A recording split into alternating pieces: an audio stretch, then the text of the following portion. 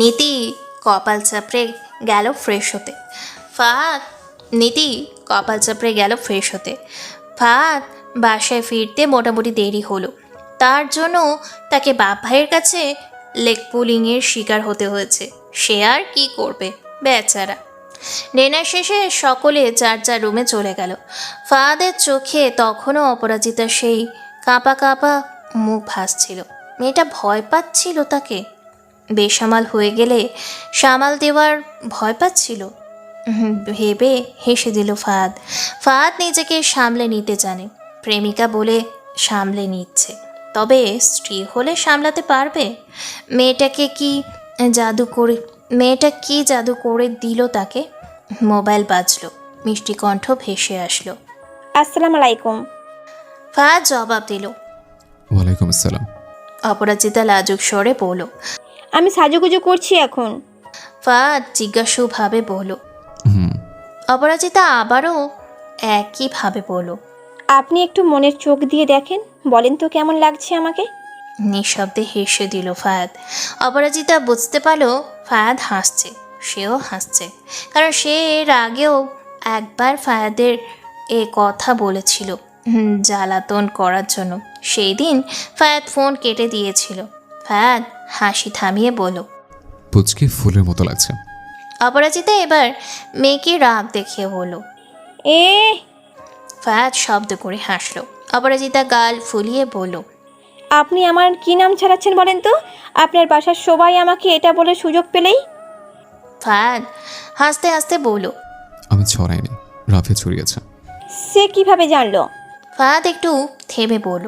আসলে আমার ফোনে থেকে তোমার নাম্বার এটা দিয়ে সেভ করা। অপরাজিতা কপাল চাপড়ালো, বলল, মানুষদের প্রিয়সী প্রিয়তমা ভালোবাসা, সে জান প্রাণ কলিজা, আর আপনি? ফাহাদ এবার শান্ত কণ্ঠে কৌতুক করে বলল, তুমি ছিলে তখন ছোট, আর কি দিব? তখন তো কলসে ফুসফুস ছিলে না। তাহলে এখন চেঞ্জ করেন। কি দিব লজ্জাপতি? অপরাজিতা জিজ্ঞেস করলো। আমি আবার লজ্জাপতি কবে হলাম? ফাহাদ দুষ্টুমি করে বলল। অপরাজিতা সেই মুহূর্তে মনে করেই যেন আবার লজ্জা পেয়ে গেল। লজ্জা ঢাকতে চেয়ে বলল। উফ, আপনি? ফাহাদ হাসলো। মোটেই না। ফাহাদ ডাকলো, অপরিচিতা। হুম। তুমি যখন আমার নাম ধরে ডাকলে এত মধুর কেন লাগলো বলো তো? আরেকবার ডাকবে? অপরাজিতা লজ্জা পেয়ে বলল। না। ফাহাদ আরও জোর করলো। এভাবে নানান কথা বলতে লাগলো তারা। কতক্ষণ কথা বলবে কে জানে। অনুভূতি তো আর শেষ নেই। ঘুম আসছিল না, তাই ফারাজ আজ ছাদে গেল গিটার নিয়ে। ছাদে পৌঁছাতেই ফারাজ অন্ধকারে এক নারী মূর্তি দেখতে ভরকে গেল কিছুক্ষণের জন্য। সামনে এগোতেই বুঝতে পারলো সেটা নীতি। কাছে গিয়ে জিজ্ঞেস করলো, এত রাতে এখানে কি? নীতি হঠাৎ কারোর আওয়াজ শুনে চিৎকার করে উঠল। ফারাজ বলল। আমি ফারাজকে দেখে বুকে হাত চেপে স্বস্তি পেল সে। তারপর রাগ দেখিয়ে বলল, এইভাবে কেউ কথা বলে? ফারাজ নিচে দেওয়াল ঘেঁষে বসতে বসতে বলল। কিভাবে বলে? নীতি জবাব না দিয়ে তাকিয়ে রইল ফারাজের দিকে। ফারাজ আবার জিজ্ঞেস করলো, বললেন না তো কি করছিলেন? ঘুম আসছিল না। ও, নীতি এবার ফারাজের পাশে বসে বলল। আমিও শোবো। ফারাজ কিছু বলল না, সুর তোলার বন্দোবস্ত করছে। নীতি হঠাৎ জিজ্ঞেস করলো, তার মানে কি ইওর ওয়াইফ? ফারাজ এর হাত থেমে গেল কিছুক্ষণের জন্য। তারপর বলল, মাহিয়া? বলে সুর তুলতে শুরু করলো সে। অন্ধকারে নিস্তব্ধতা ভেদ করে বেজে উঠছে গিটারের সুর। ফারাজের নজর গিটারের দিকে, নীতির নজর ফারাজের দিকে। নীতির বুকে এক সূক্ষ্ম ব্যথার উপস্থিতি পেল। দিনে দিনে তা যেন একটু একটু করে বাড়ছে। নীতি জানে সে ব্যথার কারণ, শুধু বলতে চায় না। সুর পুরোপুরি আয়ত্তে আসলে ফারাজ দেওয়ালে মাথা ঠেকিয়ে চোখ বন্ধ করে বাজাতে থাকে সে সুর। প্রতিটি ছন্দ যেন হৃদয়ে তীরের মতো বিচ্ছে। একজনের হারানোর কারণে, আরেকজনের হারানোর ভয়। নীতি ঘোরের মধ্যে ফারাজের কাঁধে মাথা রাখল। তাতে ফারাজের হাত থামেনি, বাধা দেয়নি সে।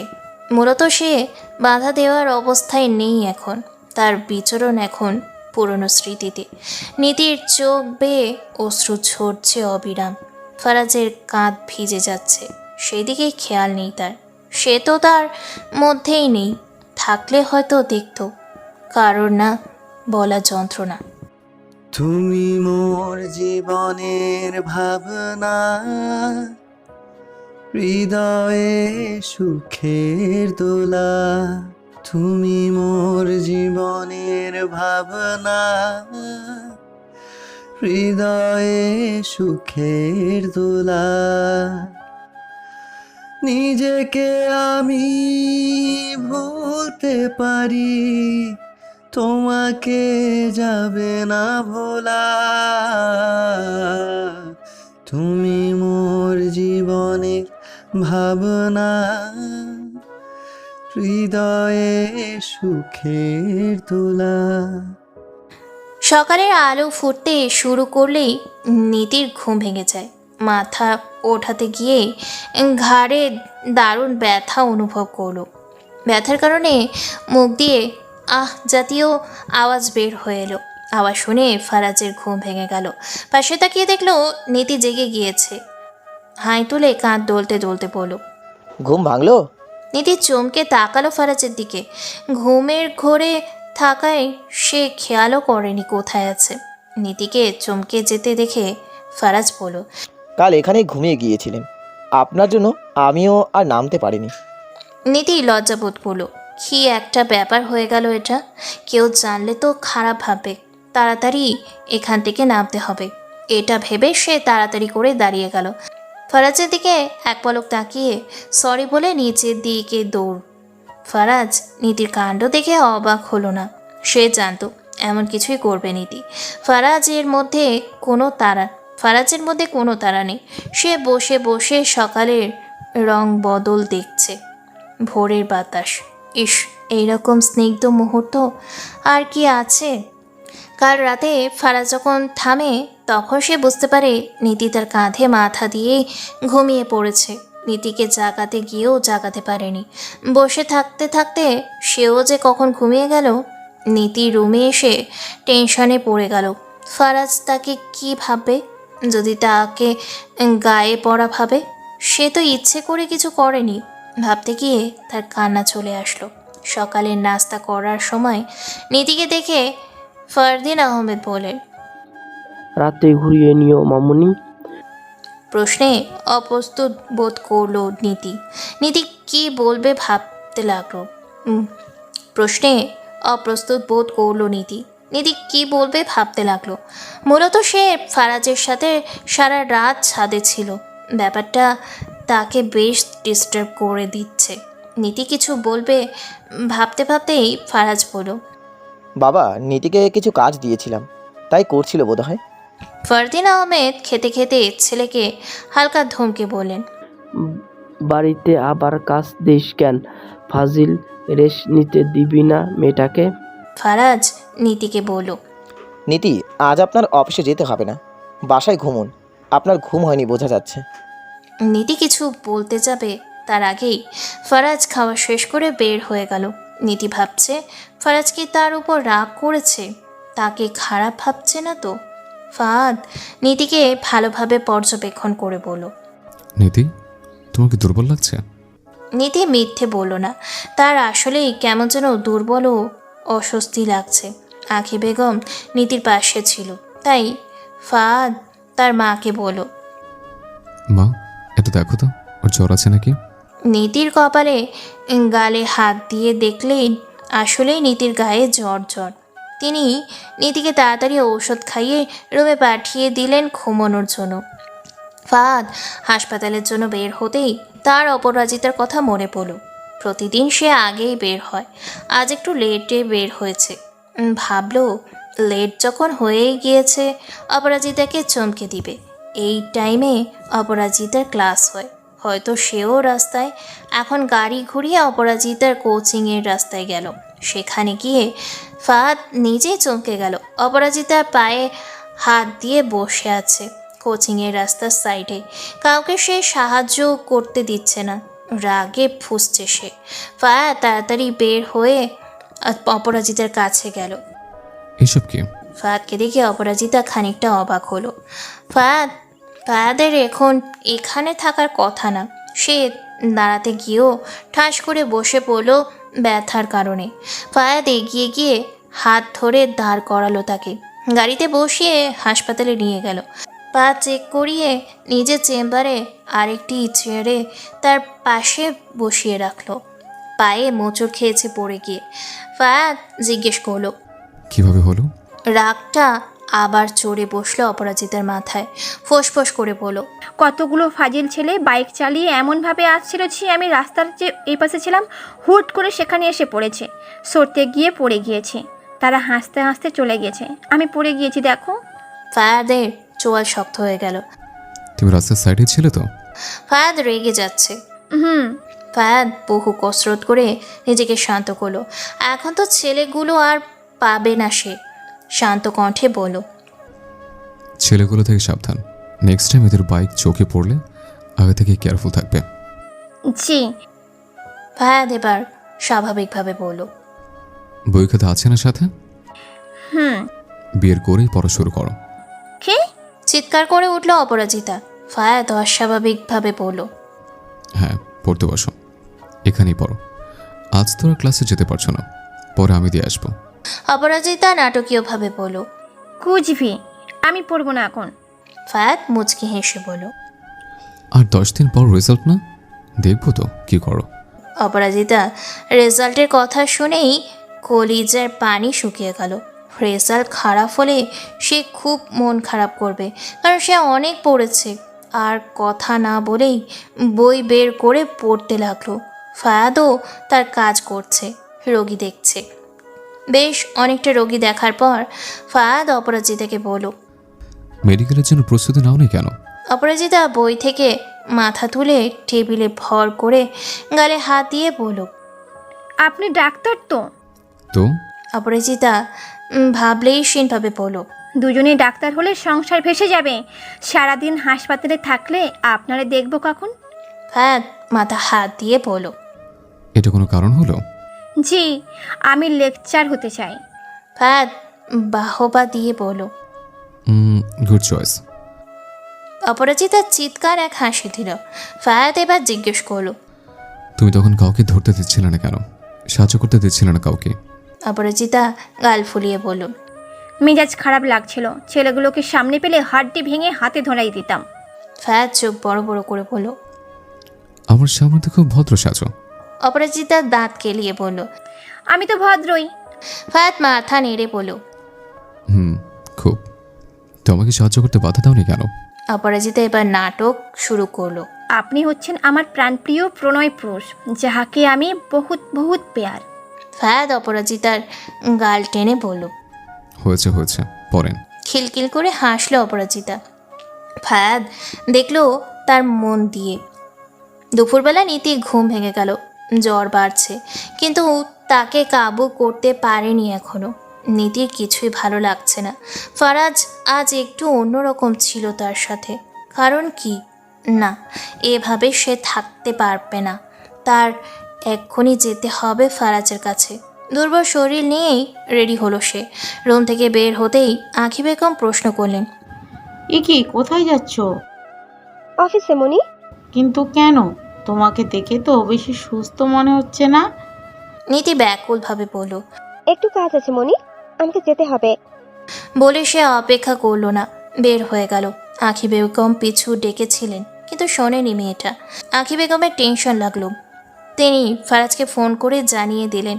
নীতি অফিসে পৌঁছতেই সোজা ফারাজের কেবিনে চলে গেল। সে যেহেতু ফারাজের অ্যাসিস্ট্যান্ট, তাই কেউ কিছু ভাবলো না। কেবিনে প্রবেশ করতেই দেখল ফারাজ একজন ক্লায়েন্টের সাথে কথা বলছে। নীতিকে দেখে ফারাজ কিছু বলল না, নীতিও কিছু বলল না। দাঁড়িয়ে রইল কথা শেষ হওয়া অপেক্ষায়। কথা শেষ হতে ক্লায়েন্ট রুম থেকে বের হলো। ফারাজ চেয়ার থেকে উঠে নীতির সামনে দাঁড়িয়ে ভ্রু কুঁচকে বলল, আপনি অসুস্থ হয়ে অফিসে এসেছেন কেন? আপনি আমাকে খারাপ ভাবছেন? নীতি একটা ব্যাপারে ভয় পাচ্ছে। সে জানে না সেটা হয়েছে কিনা। ফারাজ কিছুক্ষণ চুপ থেকে বলল, খারাপ কেন ভাববো? নীতি অসহায়ভাবে বলল। আপনি আমার সাথে আই কন্ট্যাক্ট স্কিপ করে কথা বলছেন। ফারাজ এবার স্বাভাবিকভাবে বলল। আপনি ভুল ভাবছেন। বাসায় যান, আমি ড্রাইভারকে বলে দিচ্ছি। নীতি ব্যাকুলভাবে বলল। Sir please. ফারাজ নীতির এই অবস্থা দেখে আর লুকোতে চাইল না। সে নীতির মুখ পানে তাকালো, তারপর বলল। আপনি কাল ঘুমের ঘরে কথা বলছিলেন, জানেন কি বলছিলেন এটা জানেন কি? নীতির চোখ দিয়ে অশ্রু গড়িয়ে পড়ল। এই ভয়টাই সে পাচ্ছিল। সে হয়তো জানে সে কি বলতে পারে, কিন্তু সে তো বলতে চায়নি কখনো। এভাবে তো কখনোই নয়। ফারাজ কি তাকে এখন দূরে সরিয়ে রাখবে? আগের মতো কথা বলবে না? নীতি নীরবে অশ্রু বিসর্জন দিচ্ছে। হুট করে একা লাগছে তার। মনে হচ্ছে এবার বোধহয় সত্যি একা হয়ে যাবে সে। ফারাজ আর কিছু বলবে তার আগেই নীতি বের হয়ে গেল। ফারাজ সেই দিকে তাকিয়ে দীর্ঘশ্বাস ফেলল। নীতি ম্যাচিওর মেয়ে, সে আশা করে নীতি উল্টোপাল্টা কিছু করবে না। নীতি অফিস থেকে সোজা বাসায় আসলো। এসে রুমে গিয়ে দরজা আটকে দিল। আঁখি বেগম ডাকতেই সে বলল। মনি, আমি একটু ঘুমাবো, পরে দরজা খুলে দেব। আঁখি বেগম সেটা ফারাজকে জানাতেই ফারাজ বলল টেনশন নিতে না। আঁখি বেগম ভাবলেন হয়তো মেয়েটার তার পরিবারের কথা মনে পড়ছে। সন্ধ্যাবেলায় নীতি দরজা খুলে দিয়েছিল। আঁখি বেগম রুমে ঢুকে বুঝলেন খুব জ্বর এসেছে মেয়েটার। পট্টি দিয়ে দিলেন। বেশ কিছুক্ষণ নীতির সাথে বসেছিলেন তিনি। যত্ন পেয়ে নীতি আঁখি বেগমের কোলে মাথা দিয়ে শুলো। আঁখি বেগম মাথায় হাত বুলিয়ে দিচ্ছিল নীতির। নীতির চোখ বেয়ে পানি পড়ছে। সে থেমে থেমে বলল। আমার আমার কেউ নেই কেন মনি? আমি এত একা কেন? আঁখি বেগমের কলিজা বিঁধল কথাটা। সে নীতিকে জড়িয়ে ধরে বলল। আছি তো মা, আমরা আছি তোমার জন্য। তুমি আমার মেয়ে না? নীতি আঁখি বেগমকে আরেকটু শক্ত করে ধরল। আঁখি বেগম ধীরে ধীরে মাথায় হাত বুলিয়ে দিলেন। আবার ঘুমিয়ে গিয়েছে সে। ফাহাদ তাকে চেক করে ঔষধ দিয়েছে। অপরাজিতা ফোনে জানতে পেরে আসতে চায়, কিন্তু ফাহাদ মানা করে। যেহেতু রাত হয়ে গিয়েছে, অপরাজিতা জিদ করছিল বলে ধমকও খেয়েছে। শেষে রাগ করে অপরাজিতা ফোনই কেটে দিয়েছে। ফারাজ বাসায় এসেছে বেশ লেট করে। বাসায় এসে নীতির অবস্থা জেনে খুব খারাপ লাগলো। সবাই যখন যার যার রুমে, তখন ফারাজ আস্তে ধীরে নীতির রুমে আসে। একদিনেই শুকিয়ে গিয়েছে নীতি। ফারাজের খুব মায়া লাগলো। সে বেশ অনেকটা সময় নীতির পাশে বসেছিল। নিজের রুমে যাওয়ার জন্য উঠতেই নীতি ধীর স্বরে ডাক দিল। ফারাজ। ফারাজ পিছু করল। এই প্রথম মেয়েটা তাকে নাম ধরে ডেকেছে। সুস্থ অবস্থায় থাকলে কি ডাকতো? আমার কথা শুনুন প্লিজ। ফারাজ আবার বসলো। আশ্বস্ত করে বলল। শুনছি। নীতি ফারাজের দিকে তাকিয়ে আবার কেঁদে উঠল। সে দুর্বল কণ্ঠে ফোপাতে ফোপাতে বলল। আপনি প্লিজ আমাকে ভুল বুঝবেন না। আমি আপনাকে কখনোই বলতাম না আমার কেউ নেই ফারাজ। আপনি আমাকে বাঁচিয়েছিলেন, আপনি পাশে ছিলেন বলেই বেঁচে আছি। না হয় আমার আঁকড়ে ধরে বাঁচার মতো কেউ নেই। আপনি আমার সাথে দূরের মানুষের মতো কথা বলবেন না প্লিজ। আমার খুব খারাপ লাগছে। আমি অনুভূতি লুকিয়ে রাখতে পারবো না, তবে আপনার থেকে একা বাঁচতে পারবো না প্লিজ। ফারাজ শুনল সব। সে শান্তভাবে বলল। ঘুমোন নীতি, আপনার অনেক জ্বর, ঘুমোলে ঠিক হয়ে যাবে। নীতি আবার বলতে চাইল। আপনি আপনি ফারাজ থামিয়ে দিল। উফ, কথা নয়। মাথায় হাত বুলিয়ে দিল। নীতি বিড়বিড় করতে করতে আবার তলিয়ে গেল ঘুমে। ফারাজ দরজা ভিজিয়ে দিয়ে বের হয়ে এলো রুম থেকে। জীবন তাকে কোথায় নিয়ে যাবে জানে না সে, তবে বড্ড ক্লান্ত সে। হয়তো নীতি মেয়েটাও তাই। দুদিনের জ্বর কাটিয়ে নীতি আজ সুস্থ হলো, তাই সে অফিসে যাচ্ছে আজ ফারাজের সাথে। ফারাজ তার সাথে একদম স্বাভাবিকভাবে কথা বলছে। সেই দিন রাতে ফারাজ তার রুমে এসেছিল, তার মনে আছে, কিন্তু সে কি কি বলেছে তার পুরোপুরি মনে নেই। তবে কান্না করেছিল এটা মাথায় আছে, এবং সেটা নিয়ে সে ভীষণ লজ্জিত। ফারাজ গাড়ি চালাতে চালাতে বলল।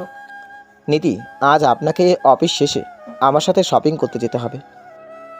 জি। জিজ্ঞেস করবেন না কেন। আমি জানি আপনি গিফট কিনতে যাবেন অপরিচিতা আর ভাইয়ের জন্য। ফারাজ অবাকের সুরে পড়ল। আরে কিভাবে বুঝলেন? আপনি বলেছিলেন। ফারাজ খেয়াল করলো নিধি স্বাভাবিকের চেয়ে চুপ। হয়তো দুর্বলতা এখনো কিছুটা রয়ে গিয়েছে। কাল অপরাজিতা আর ফায়াদের আকত তা নিয়ে মহাব্যস্ত আঁখি বেগম। কাছের কিছু আত্মীয়দের দাওয়াত করেছে, তারা কাল আসবে। আর রাফিয়া, রিজু আর তাদের মা আগেই হাজির। রাফিয়ার বাবা ব্যবসায়ী কাজে অন্য কোথাও থাকে, তাই আসতে পারেনি। বাসায় তো ফায়াজ এবং ফারাজ নেই, তাই আঁখি বেগম, ফারদিন আহমেদ ও রিজুকে এইটা ওইটা বলে ফরমায়েশ করতেই আছে। শেষে রিজু আর না পেরে পড়ার বাহানা দিয়ে বাহিরে চলে এসেছে। বেচারা ফারদিন আহমেদ পড়ে গিয়েছে বউয়ের চিপায়। তার বউয়ের নতুন করে বাড়ি সাজাতে মন যাচ্ছে, ছেলে বিয়ে করছে তাই। এত করে বোঝালো, ছেলের বউ তো এখন আসছে না, পরে আসবে, কিন্তু কে শোনে কার কথা। এটা তুমি কাজ করছো না কেন? বলছি কি আমি একটু অফিস থেকে ঘুরে আসি। আঁখি বেগম দৃঢ় কণ্ঠে বলেন। একদম না। আচ্ছা।